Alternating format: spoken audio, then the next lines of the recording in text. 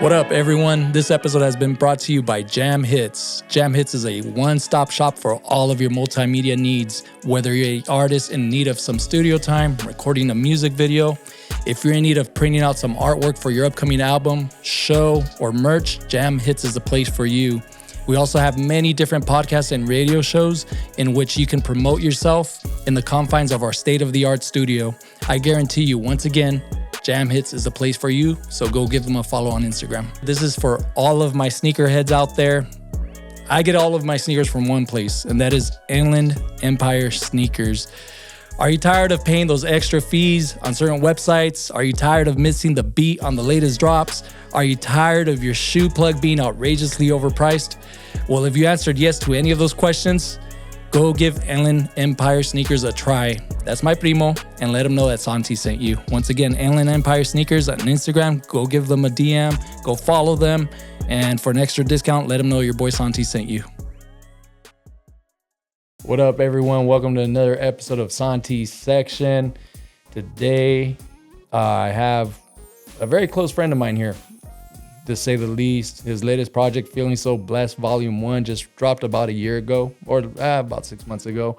He goes by Marc The Franchise. How you doing, brother? My brother, I'm proud to be here. I'll tell you, this is professional, my man. This is professional. This looks good. Thanks, man. Like I told you when I got here, excited but nervous, and I don't know why. Yeah.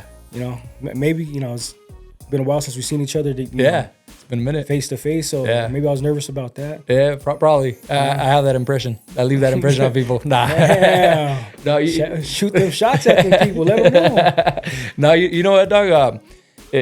I'm glad you mentioned that, because that's the thing that I was going to dive into right away. You're one of those cats that, and shout out to everybody that's like this with me, or that I'm like that with. Like, we can go minutes or days, hours, years, months without talking to each other, but the love is always there. Mm-hmm. You know what I'm saying? Like, very, very mutual. Yeah, very mutual. You know, I'm humble, I guess. You know, I don't see myself bigger or better than anybody, and I respect real, and there's someone as genuine as you've been my whole career. It's like, man, like I can't do nothing but be excited and happy and just real with you, like pick up where we left off almost, I appreciate that, brother. Yeah, I appreciate it a lot, man. I mean, this cat right here, since when I was on the last podcast, shout out to the Conference Room 951. Mm-hmm.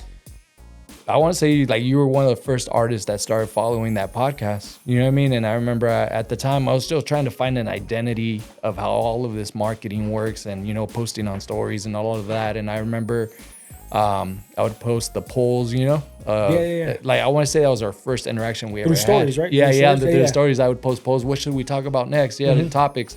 And you would always like consistently like add or give your feedback. And I was like, fuck yeah, this guy's cool. I mean, everybody needs some interaction, engagement. Yeah. It sucks because I'll post things and ask questions and sometimes nobody responds. I'm like, motherfuckers, like, I'm trying to be entertaining for you guys, but I do need some pointers on what you're kind of interested in, and nobody wants to respond. Yeah. But so when I see those polls, when I see anything like that, I always try to engage or ask a question. Even if it comes off stupid or not, at least they have something to talk about or riff about too. My boy, I mean, I click on everything you have, even when you had me thinking you had an OnlyFans, dog. Oh, dude, you don't know how many people hit me up and were like, I don't want to click, but you really got one? Yeah. We got to click, find out. Click and find out. It took me a minute to realize what you were doing there. So since I know you, that's how I realized what you were doing. When we originally had met, you were on Spotify under Mark Ventura. Mm-hmm. And I want to say that when you did the whole OnlyFans link, you switched it over. That's when you did the switch to Marc The Franchise on there. Yeah. So when I initially started rap, it was Marc Ventura, my name. Yeah. But I was telling my wife, like, that doesn't hit hip hop. That doesn't hit as a rapper. Like, to me, I hear that and I'm like, man, I'm gonna come off as an R&B singer or just something that's not rap. So I told her, I need something that's, when you hear it, you're gonna think, okay, this guy's an artist. This guy, musically gifted or something, right? So I threw around a couple names and I landed on The Franchise. But I was like, man, if I just put up The Franchise, I don't know how many other people call themselves Franchise or The Franchise. Yeah. So I told my wife, I'm gonna put Marc The Franchise and I'll run it from there. So when I did that and I switched it over, I lost all followers, all analytics, all everything. The only thing that stayed, I want to say it was like your features. Yeah, the feature, some featured tracks. Yeah. And those, which I'm proud of, because a lot of those, it took me like 2 to 3 years to get actual play on them. I just kept submitting to every radio station, submitting to like the excuse me, the online radio stations, the college radio stations that offer free spins and things like that. So I would just submit. Like for a good while, I would spend, I don't know, 5-6 hours a day just researching who takes submissions, and then just shoot off tracks. And only a couple made a rotation, only a couple pulled. But you know, to bring it back, when I switched to Marc The Franchise, I was like, man, I got people that listen to me. I got people that come to the shows, but like it doesn't show on my your Spotify numbers, iTunes, things like that. So it's like I got to keep, you know, giving reason people to click, and okay, I am there, I'll follow, you know, because excuse me, it's hard to get the people you care about to care about you back and follow. A lot of times it's the closest ones that don't show that support. So it's those ones where it's like, hey, like I'm not trying to bug you guys or nothing, but just hit the follow. Just hit the follow, and that's why I just kept posting the link. And I was like, let me see how many cochinos are out there. I'll put a fake OnlyFans and see how many clicks I got, because you can see who clicks the link. You can't see who, but how many clicks it gets. When I did that, I think I had like 30 to 40 clicks on that link. I was like, these fucking people, they won't do nothing else for me. But if I do an OnlyFans, they're gonna come look at this. Like, what the fuck is this, you know? Yeah, when I saw it, dog, I'm like, nah, he didn't. It's up, man. So I waited. I'm like, oh, okay. That's good. That's a cool little trick. You know what I'm saying? I just try to play with people. You know, I try to like give them reasons to be entertained. All right, you got me. I'm gonna I'll hit this for you, or I'll stream it for you. Just something. No, that's good shit. Yeah, I and if you don't mind me asking, I take it some of your wife's friends follow you and things like that. More so her family. She has friends, but she's real tight knit with her family. Like super close family. Did they know what's going? Did they know the No, they didn't know I did it. My wife didn't even know I did it. She didn't know until after, when she did, she'll view my stories, like all my stuff, to give me the engagement, to keep it in the algorithm, I guess, or whatever. And she seen it. She goes, "You did OnlyFans?" And I was like, "No." I was like, "It's to my Spotify." So she hit it. She said, "Oh yeah, okay." But I don't know if anybody reached out to her and told her, "Hey, Marc has a Spotify or OnlyFans. What's going on?" Yeah, that's what I was wondering. Yeah, no. But I mean, she's supportive. She knows how I am. She knows I'm not gonna disrespect her like that. And she's been so solid with me since day one. She's been so loving, caring, forgiving. Anything you can ask for as a partner. That's right. She pushes me to do shows. Like we spoke about off camera. She'll help me get dressed. Wear this, or this looks better. Okay, I trust your judgment more than my own, because me, I would pull up in a hoodie and just jeans. I'll be cool like that anywhere, But she'll check me. No, you gotta wear this. You gotta wear that. Be presentable. Mine makes me rework my outfits like 3 times before we leave the house. Yeah, I get it. That's a solid foundation right there. Nah, it is, bro. They care about you that much to make sure you're stepping out correct. Nah, yeah. So that's good shit, man. I love the way you promote yourself. I love all that about you. Something that really stands out that I don't think I've ever mentioned to you, and it's no knock on anybody. I mean, I have much love for all my homies that are artists. You know what I mean? Like I have, from my homies that are artists, I have like a top 5, 7. You're in that group. Appreciate, you know what I'm saying? However, something that I noticed, dog, from those top 5 and 7, you are the lone wolf out of that group. Like I see you're always doing your own thing. I go to several shows, but like it's very rare for me to see you being linked to the shows that I go to, things like that. You know what I'm saying? And I know we touched on this before, but how did you find your niche and going about that? I mean, I'm sure you have your circle, you know what I'm saying? But I've noticed that still, when you're rocking shows, you rock shows with everybody and anybody, and people that wouldn't imagine you rocking shows with. Yeah, I get what you're saying. Yeah, and I don't know if you've heard that before. No, but like I pride myself in that. Yeah. Because like I was telling you earlier, I used to have to pay for slots and to get on shows, and then it got to a point where I was like, man, like it's not doing nothing for my numbers. It's not doing nothing for me. It's helping me get on stage and practice, understand stage presence, understand how to hold the mic, how to grip the mic.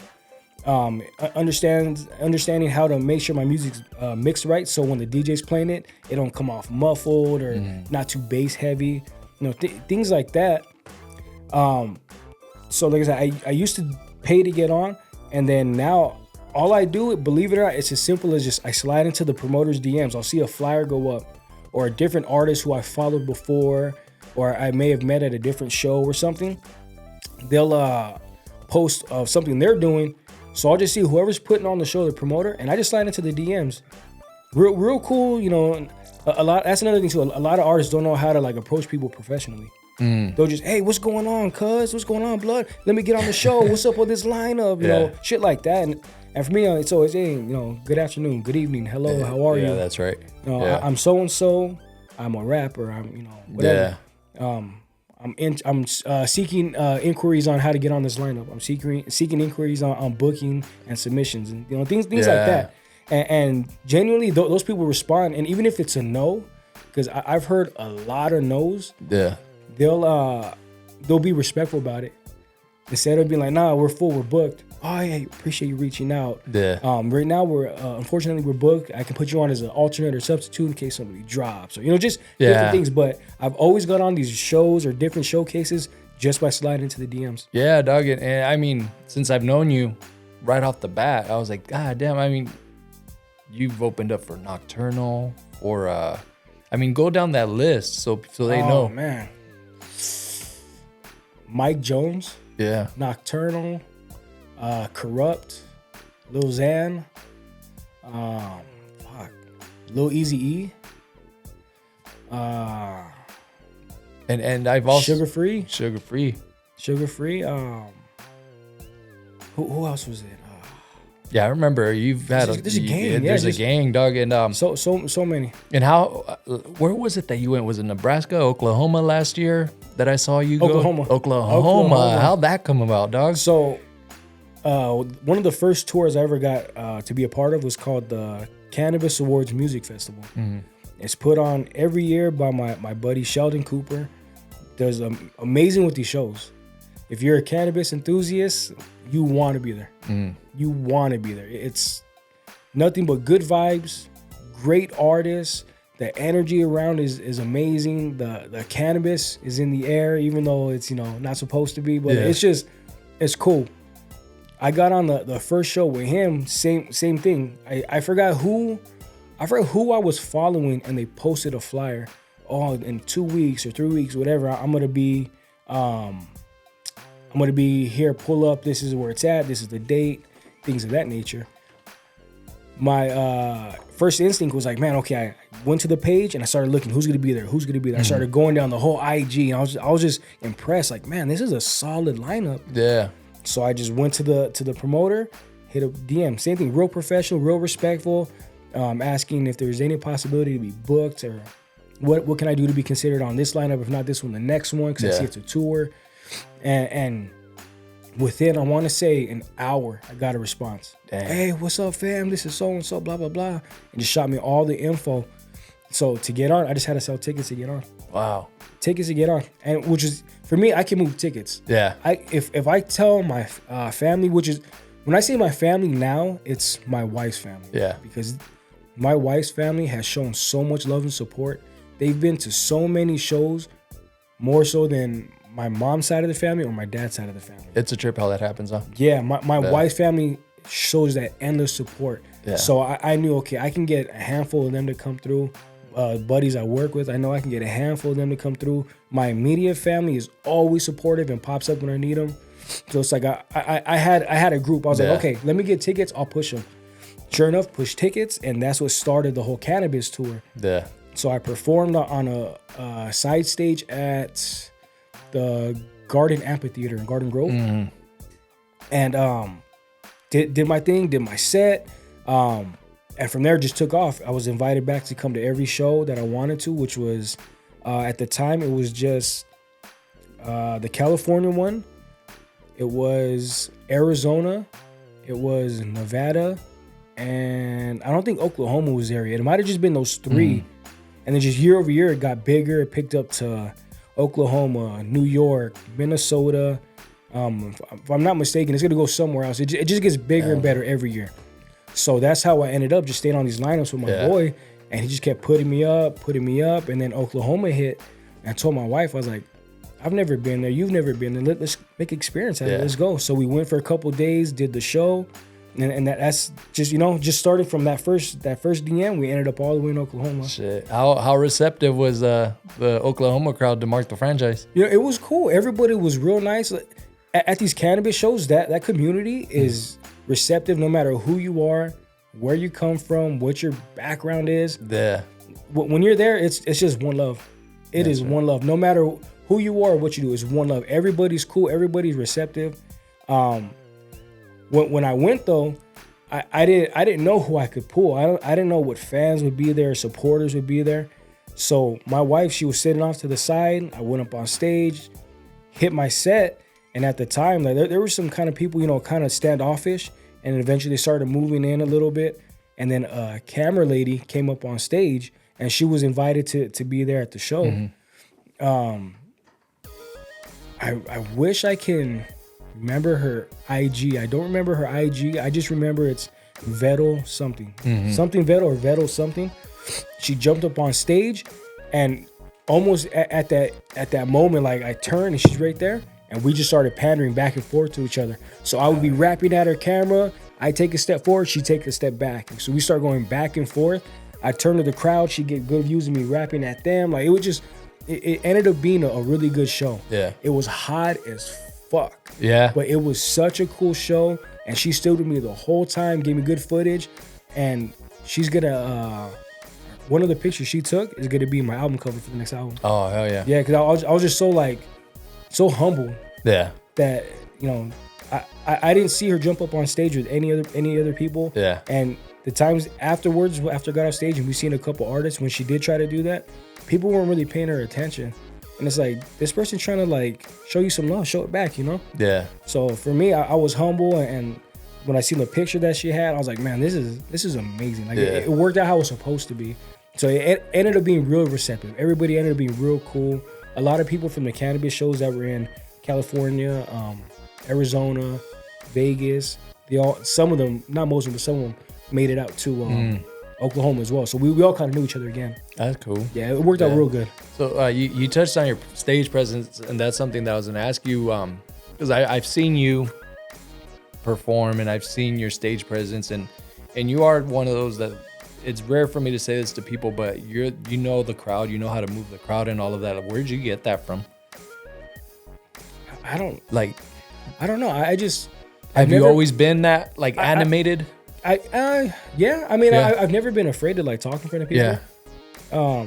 I've had different jobs where I've had to lead a crew, so giving a pre-shift or talking to somebody who's in a higher position than me, knowing how to talk to them, never getting stage fright, never having any second thought about of how I need to articulate or come across. I can just talk. I get it from my dad. Yeah. My dad's a smooth talker.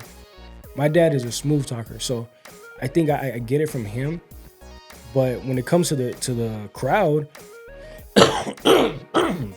excuse me. When I get in front of the crowd, same thing. I make sure I lock eyes with everybody, because I feel as an artist, they're coming up to you. They're trying to give you free content. They're trying to shout you out and show love to what you're doing. So make sure you lock eyes, give them that moment on camera, show that respect. And once you start doing that and they start noticing it, they get a little more live too. Yeah. So before you know it, you're pandering, and then you got the whole crowd going side to side with you. You put your hands up, the whole crowd puts a hand up. It's just, you find different ways. There's some stubborn people that'll just stand there staring at you like a statue. They're just real stiff. And then you realize, oh shit, this was the next artist. He has to go on after me, or this is the family of the homeboy that's gonna come next, or in a couple sets they're gonna come up. So there's some people that don't move, but just being able to be in front of crowds and not get stage fright, being able to be a talker, it came natural. So being on stage and rapping and moving with the crowd and all that, it just comes natural, Yeah, that's good shit. I asked that because like I mentioned, probably people that have sat in that seat, I want to say there's from artists 3 or 4 probably where they know what time it is when it comes down to that. You know what I mean? Mm-hmm. Their content is through the roof, but I'm just damn man, if you get the crowd to engage more, it takes it so much better. Level, yeah. You have so much more fun up there. Yeah. if everybody's rocking with you, you have so much more fun up there. Like if I say Mark, you say Franchise. You know what I mean? Like shit like that. There's songs that I try to structure like that where I can stop and they can repeat for me. Or there's one song I did for the Vegas Cannabis Awards Festival, where I don't even remember my lyrics. But I basically say, when I say my name, you repeat it. I say Franchise, and I put the mic, and they start shouting it back. Yeah. So to do, make certain songs like that, I'll think about, okay, if I'm in the crowd, I think I would want to be able to shout something back, and but every artist is different. Some artists are just they don't really care if the crowd interacts or moves with them. They want to just be up there and do their thing and show off. And for me, I'll try to be as entertaining as possible. I want to be the whole, the whole package. I want them to know when you come to my show, you might catch some free weed. You might catch some merch. You might just get a great set, but you'll be, bouncing your hands and dancing with me. You're going to get great footage. I'll come and chop it up with you afterwards. I'll hop off stage and take pictures with you, anything. I try to be that total package for them. Yeah, and you are, dog. You definitely are. Appreciate it. And right now that you were touching on other artists and all of that, I have listened on Feeling So Blessed. You gave your shout outs to J. Cole. And how do you feel about the current state of hip hop? I mean, it's always evolving. Mm-hmm. It's always evolving. I don't hate on it at all. I don't hate on any new wave that comes out. I just know to stay in my lane. I know what I like to do. I know what I'm really gifted and blessed at doing. Yeah. As far as the current state of hip hop, when different styles or genres kind of intermingle, kind of create a new wave or sound, I don't necessarily purposely not try to hop on it, but it's like I know if it's free for me or not for me. So I respect the current state of hip hop. I respect every artist who's trying to grind and maybe find their identity with the new sound. Maybe just do something different at a show. Try something production wise. I respect all of it. The current state of hip hop to me is always going to be thriving. No matter when you ask that question, it's always going to be blessed. It's always going to be entertaining. It's always going to be exciting.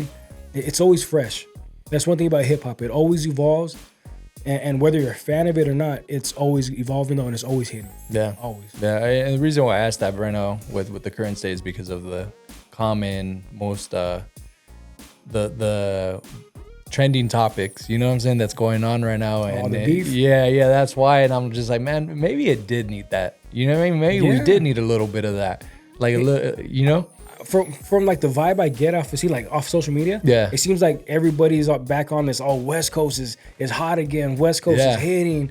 All cause what was the song called? They Not Like Us. Yeah, that song hits, and all of a sudden everybody starts walking. So you know what I mean? And it, like you said, maybe that's what it needed. Yeah. It gave a little push back to a throwback a little bit. I would love to see you freestyle over that beat in one of your little studio sessions that you post sometimes, dog. I would like to try that. Yeah. And I'm not opposed at all. I just got, believe it or not, I have so many things that are backed up that I'm still trying to do, record, and then video record it and all that. But I do want to try that. That's my issue. Like, all these new things come out and say, I can kill this beat, I can do this. But it's like, fuck, I got to finish 10 things before I can start something new, I mean, you guys, you know how it is. No, You probably get backed up all the time with interviews, podcasts, your events, just life in general. Yeah. Life in general, it has a way of kind of holding you back a little bit when you're just trying to go forward. And so when I hear like different beats, I'm like, oh, I'd fucking kill this. But it's like, I still got all this other shit. I can't jump on it. It's like that, dog. I get it. So real quick, I wanted to ask you too, how did you find Two Souls? I saw her post your submissions on her show. How did that come about? Your page? Oh, all right. You heard that? Two Souls? You heard that? Two Souls. Shout out my boy Santi. Yeah, you are like notorious for showing love. You are notorious for posting other people's work and showing love, shouting out and giving credit and props with no agenda. A lot of people will kind of like, oh, I'll shout you out. Okay, you asked me to do it. You do it from the goodness of your heart. You do it because you believe in it. You're a real, like, genuine person. So just like how I tell you, I see people post flyers and I slide into the DMs, you started posting, you know, their lives, you started posting their IGs. So I tap in, and then you start seeing, oh damn, they do free radio submissions. They do live like music reviews. It's almost like a no-brainer to get more exposure, another supporter. So I see that, and I'm all over that. So hop in, and same things. You know, shot the email, shot my music, and it went through. That's cool, dog. Like I love seeing shit like that. Like I didn't know you found her through me. I mean, I could assume, you know what I'm saying? Yeah. But I was like, damn, because like she and I, we share artists sometimes with each other where they're in our circles, you know what I mean, out here, things like that. Like, hey, so-and-so is this and that. And I saw you pop up in there. I was like, oh, hell yeah, that's my boy right there. That was all due to you, man. Oh, man, that's cool, dog. And that's the thing, too. I'm not afraid to, like, shoot my music on these live shows. Yeah. Review it. If it's not good, it's not good. Yeah. You know, I'm not, there's a reason I'm not no solidified, you know, legit powerhouse artist. I'm still working myself, you know? So if you got an honest critique, shoot it at me. I'm humble enough to know that I need work still. Production side, you know, finding the right beats, maybe how to produce my voice a different way. Like I know that. I'm not oblivious to that at all. I don't have a professional studio I go to, so when I get feedback, I take it to heart. Like, okay, that's their understanding from somebody who's been doing it for so long. I'm gonna take it in stride and work on that, you know. So any opportunity I get to play live music for let's shoot it. Let's go. Yeah. I'm not running from it at all. I don't run from critique. I don't run from the truth, you know? Yeah. It is what it is. It's good or it's not good. Tell me. No, that's good shit. And something that you mentioned before we got on here, and I would love to touch on right now, is that right now that you mentioned about you're still trying, you're always looking for an identity, pretty much is what you're saying, right? And speaking of identities, I know you've heard the feedback on Tasted and iBoogie, okay? So I remember the boy right here it's been about a year, right? About a year ago. He emailed me some tracks that were in the making, and he let me know this is my wife's favorite right here. Tasted, and it was I Tasted and iBoogie. Yeah. You know, and at the time I played it for my wife, and my wife too. She's like, dude, that shit's fucking hard. That's fucking hard. You know? And anyways, and what sorry, I had a little hiccup right here on my headphones, but we're good. But anyways, but what I was saying was like, doesn't it trip you out though? You pour your blood, sweat, and tears into something, and then you simplify something, because I take it that that's what you were doing there. Not that I'm saying it's a simple song. I mean, it's a simple song. For me, dog, it's a barbecue song. Say it. You know it's a simple song. But you're saying that because you're a lyricist. You know what I'm saying? I try to be. You know that's why you're saying that. But you gotta give yourself props, man. You gotta give yourself flowers. Those two songs are fucking unbelievable. I really appreciate that. You know? I really do, and I don't try to downplay. But legitimately, to me, that was a simple song. Yeah. Both of them. It was okay. The beat hit. And from the get-go, you know, okay, it's gonna be some type of club song. Yeah. You already know when you hear it, my mind automatically goes, okay, if I do this at a show, people are gonna try to dance to it. And the wave at the time, everybody was twerking. Yeah. Everybody. It could be a slow song, a fast song. Everybody was twerking though. So right away, okay, I heard the beat, had the vision. Okay, it's gonna be a dance song. There's most likely to be twerk. Let's make a twerk song. And that's how it came. Just simple lyrics. I want to say I was able to write the whole song, both of them, in less than an hour. I think it was an hour. I could be wrong, but it was just. There's times I spend an hour to get 4 bars on a real song. You know, this was a have fun, almost a throwaway song. I don't care about a song. Write it real quick, record it, and all of a sudden everybody, oh, that's a good song. That's my favorite song. It's like, are you kidding me? I put my heart and soul into a whole project. I try to go hard as I could lyrically. I try to, stand on business on this song or whatever. And you like this shit about shaking ass and dropping it low. But, like you said, the current wave of hip hop, right? Yeah, that's what it is. People were feeling that, and I'm not going to knock them, but to me, I was kind of like taken back. Because you almost get like a little complacent or comfortable. It's like, well, should I just go easy for the next album? Yeah. Make a couple, whatever throwaway songs, but it's not who I am to the core. So, but yeah.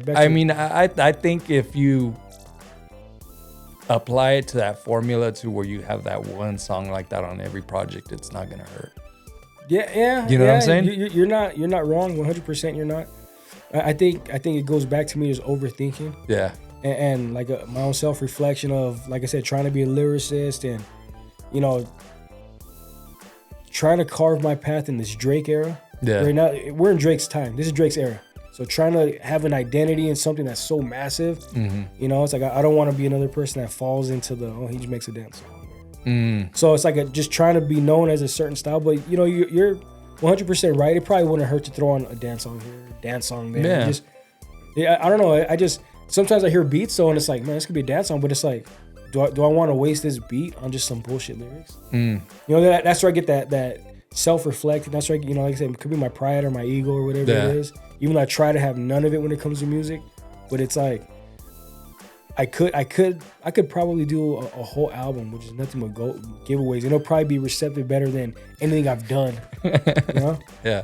Just keep it, like I said, simple, but you know. I mean, that's what I know you mentioned Drake, but I mean, that's what I feel like if you go back 20 years ago, I remember the first time I ever listened to Pitbull. It's not the Pitbull that we know now. Yeah, he was a spitter. He was a fucking lyricist, dog. Yeah, he was an MC. Like I remember seeing him, and I was like, damn, this guy gets down. And then all of a sudden, Mr. Worldwide. People don't remember that, but if you guys look and watch old Pitbull fucking songs, that motherfucker was like straight hip hop. Yeah. You know, he was straight like a street rapper. He was street rapper. I remember. So. Yeah, I'm not saying become that. I'm just saying it doesn't hurt. It doesn't hurt. Yeah, I think on this next album I got coming out, this track didn't make it. I have a song that I'm already performing, I'm already pushing. It's called Clap With Me. It was almost the same concept. I kind of simplified it a little bit. I wrote it, I think, within a day, recorded it within another day. You know, 2 days max, it was done. And I have so much fun doing that song. It's simple. It's, you know, same. It's about clapping me, dance with me, clap me. You know, part of the chorus is clapping me. You know, so it's one of those coming out. So that didn't make it to the album, but I might just drop it as a single. You know. And you know what? Now that you said that, maybe that's another way to look at it. You know, maybe instead of looking at it, oh, I'm dumbing myself down on this one song. Maybe you're just engaging with the audience. In that one song, you know what I'm saying? Just clap with me. Not that you want to taste it, but you know what I'm saying. You know what I'm saying, but you know what I mean. I'm trying to boogie, things like that. Yeah, trying to boogie. But yeah, now it's been a great conversation so far. I have a few more things that I wanted to touch on before we end this. I know you stay in the OC, dog, but let them know where you're from. Oh shit! All right, so I had to. Okay, born. Montebello. I was born in Montebello. I don't know how young I was when we moved out, but when we moved out, it was to the IE. We moved to the city of Colton. From Colton, we moved to Fontana, and that's where I spent like 17 years, 13, something like 13 years, 17 years of my life. But a good like 20-something years in total, it was IE. Yeah, and I was trying to find the song where you're rapping about the Inland Empire, but I can't remember the name, dog. Oh, man. You know what's funny? I have so many songs. Yeah, where it's just, I want to say the chorus, you're saying Inland Empire or the IE. That might be the track title, Inland Empire. Yeah, okay. Yeah, it might be. Okay. Like I said, there's a lot of things that I write, a lot of songs that I do. I have like 40 songs on like SoundCloud that probably nobody's really heard of. So it's like I have that as a catalog. I got all my albums. I got all this future stuff. So it's like there's stuff that I've done that I forgot. But yeah, for a cool my identity as a child, young adult, a teen, even into adulthood, it was Inland Empire. Nice. Inland Empire. But I call myself lucky and blessed that I've had like the Holy Trinity experience, because at a certain point I was in LA a lot, whether it be work or I have family out there. So I have like the Holy Trinity. I have LA, I have the Inland Empire, and now I'm in Orange County. So it's like, it just very cohesive in my identity. I love how you broke that down. Very, very cohesive. That's good shit. Yeah. But yeah, so for sure, stand up, shout out Inland Empire. You know, I'm not one of those artists that I'm just from this area, I'm shouting out this one only. We're better. Nah, negative. It's LA, Orange County, it's Inland Empire, it's Riverside County, it's all the West Coast. You know, I shout out everybody. Yeah, thanks, man. I appreciate hearing that. And I had to say that because I'm just like, I know my boy. Like it was a trip. We didn't know each other, and coincidentally, we had that link. You know what I mean? Like, okay, IE boy from the same era. Your brother is from my era. You know what I'm saying? I remember that. Yeah. And my older brother's a DJ. Yeah. And even then, like, we had an amazing connection when we spoke on the last podcast. I mean, my daughter still asks about your son. You know what I mean? So, hey, when's that boy? When am I gonna hang out with him? You know what I mean? So, to close it out, man. Before anything, first of all, I mean, before I ask you to drop your plugs and what you have going on in the future, what's the best piece of advice you could give people right now? In general, or if like an artist? In general, or both. In general, learn to forgive. Learn to forgive, whether it be yourself or somebody else. Forgiveness is powerful. Learn to appreciate. A lot of people take even the most common things for granted. Always put your family first. And if you create a family, that family comes before the family you come from. You gotta make sure, because that's your new life. That's who you are. Make sure you take care of them. Live in the moment. Live in the moment. Enjoy what's around you. Be present. Be in the room with your family. If you're at a show, enjoy the show. Put the phone down a little bit. Like there's a lot of distractions going on. Learn to ground yourself and bring yourself back to being a fan of something again. To be able to be happy again. As far as advice for an artist, learn how to accept the answer no. Learn how to deal with that answer. I've heard so many no's trying to get on shows and features or whatever. I've heard so many no's. There's always that one yes that makes it worth it, So as an artist, learn how to accept that answer no and how to bounce back from it. Learn how to overcome it. And just don't give up. Don't think that it's gonna happen overnight. Don't think that, okay, I'm 5 years in, 8 years in, nothing's happened. I'm gonna start, straying away and maybe I'm gonna go get a real career, a real job or something. If this is your passion, this is what you love to do, just do it. Fuck what people think, just do it. Drop your song, drop your album. If you're doing skits, drop a skit. If you do YouTube, drop the YouTube video. Just drop it, just do it. It picks up traction. You get more views. You get more support. And it's going to hurt when it's not your closest ones. But when you see the real engagement from the real people around you, you know you're doing something right. You know you're touching the lives of other people of how it's supposed to be. Your family's already good. You see them every day. There's people that are going through shit that you may help and not even know. So just drop your projects. Drop your shows. Do whatever you got to do. Just put it out there. Just do it. Keep doing it. Damn. That's deep, brother. Appreciate it. That's deep. Appreciate it. What do you have upcoming, next project, album release, merch? Drop your plugs, brother. All right. So as far as the album goes, it's going to be called I'm Fine. It's going to be, I believe I got it up to 11 tracks. I don't have an official release date yet. I want to say hopefully within the next 2 to 3 months. That's going to be available all streaming platforms, wherever you get music, I'll be there. For that one, I'm going to do actual music videos though. So I'll have probably like 4 or 5 music videos. And then I'm going to try to get on more podcasts, more shows, and do like a real good rollout. Yeah. Drop snippets, drop, different songs, drop a whole video if they want to, premiere a whole video. But just really build it up, drop the album, and then follow up with the singles like the one I was telling you, Clap With Me, things like that. So I got a couple singles in reserve. So after I drop the album, I drop the single, I drop the video. I'm trying to big up my YouTube presence a little bit more. I might start doing interviews. I had fun doing that, so I might consider doing that as well. Give shine to, artists, producers, podcasters. No, for sure, podcasters, entrepreneurs. There's a lot of people at these events that are self-made, entrepreneurs and have their own businesses. Bring them on, just anybody that I want to talk to. I want to do like fight breakdowns because I love watching fights. I love watching combat sports. Yeah. Boxing, MMA, all day. So maybe get on and start riffing about those. You know, I'm always doing shows. I'm always performing.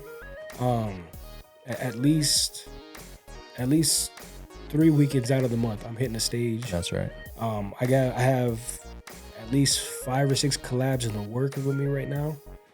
You know, I just staying active. You know, shows. I want to get merch out. I have a new logo that I want to do, so I want to get merch. I might do a limited like a t-shirt drop right now, just to see if it picks up traction and people actually want that. You know, because you can drop something, don't mean they're gonna buy it. You know. Yeah, that's true. I had a merch store before, and you know, had a close-up shop on it. So you know, try to revamp and you know, do that. What else I got going on? I think that's it. Just you know. Yeah. Just hopefully make my rounds on other people's shows too. Yeah, and you already know, dog. You've got a lifetime supporter here. You know what I'm saying? And we would love to have you on the show one day as well. Absolutely. You know? And of course, if you ever make another round, like if you ever get on Two Souls, you could get on here again when you promote your album. You know what I'm saying? Oh yeah, I really do appreciate that. You already know.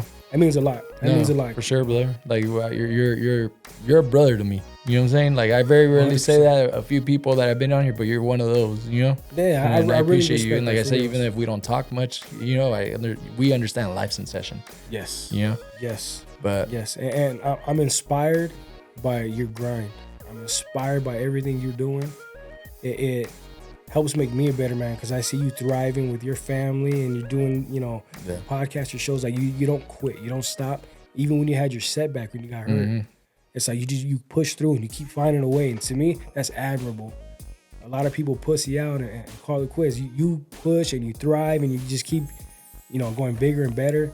So I want you to know that's inspiring to me, man. Thanks, brother. Well, you inspire me too, man. Appreciate it. Family, man. Marc that guy. Marc the Franchise. You're my brother. Sir. Yes, sir. But I appreciate you, brother. Next time. Appreciate you. All right. I appreciate you. And we'll catch y'all next time. Stay tuned for the next episode. All right. Thank you.